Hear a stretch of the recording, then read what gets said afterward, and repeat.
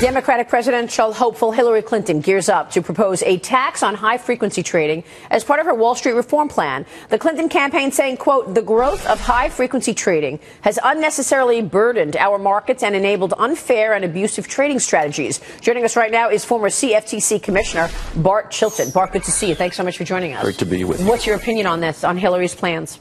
Well, she's done some really good things in there. I mean, I have some issues with exactly what she's done with HFTs specifically, and that is you don't want to tax liquidity. You want to keep markets so you have efficient, effective markets. But she's done something actually pretty clever, and that is she's just talking about the cancellations. So she's not talking about a general tax, which Governor O'Malley and Senator Sanders have, and that would be, I think, a disaster for markets. This is just talking about really sort of strategically talking about the cancellations.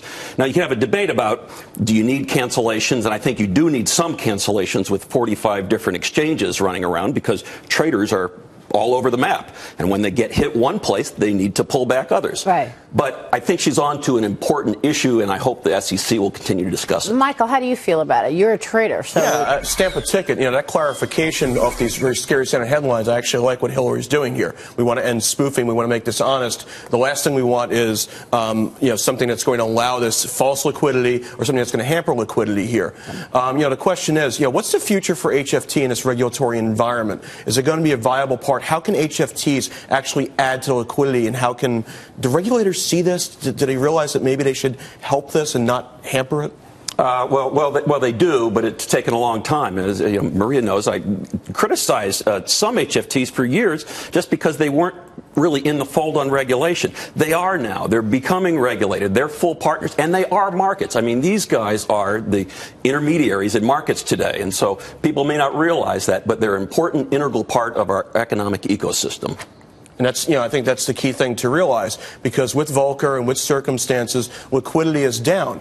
At some point, I thought everyone in Washington would say, hey, you know what? The markets for our own bonds are a little bit dysfunctional. Try borrowing some of the off-the-run Treasury issues and aid and abet the liquidity in these. Yep. Are they seeing that at all? No, Does anyone you're talk about absolutely this? Right. That's a really great point. There was an interesting study out just in August about October 15th last year, and the Treasury rates when the market was going with lots of volatility.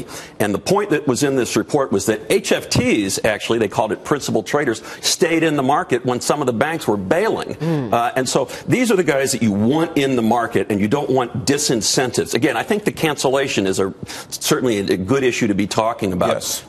But they're in the markets every day. They're making prices better, making more efficient and effective markets. Well, I think this is a really important point. But what you said earlier, I mean, we're having this discussion ongoing about liquidity. If you're taxing liquidity and you're putting anything in the way of liquidity in markets, that's going to be a major problem. And you know what? It's proven not to work over and over again. They tried it in Switzerland. They had market migration all over the place. They've tried it a number of different places. They even tried it in the U.S. years and years ago. There's already a transaction fee. It goes to help support regulators. And there's a transaction fee to fund the exchanges. And that's appropriate. I was in support of, when I was at the commission, I was in support of a small fee to pay for the regulation. But to try and fund health care and student loans and add, billions of dollars, that's, out of control wild. Where do you see the regulation going? Well, on this in particular, I don't think that they're going to end up. Certainly, there's not going to be some sort of fee anytime in this Congress. Theoretically, you could see where a transaction fee or something might ultimately be there. They said never it would happen in the EU. It's happened in the EU. It's going into effect in January. Wow. All right. We will leave it there. Bart, great to have you on the show today. Thank you so much for your insights on this important discussion. We're going to take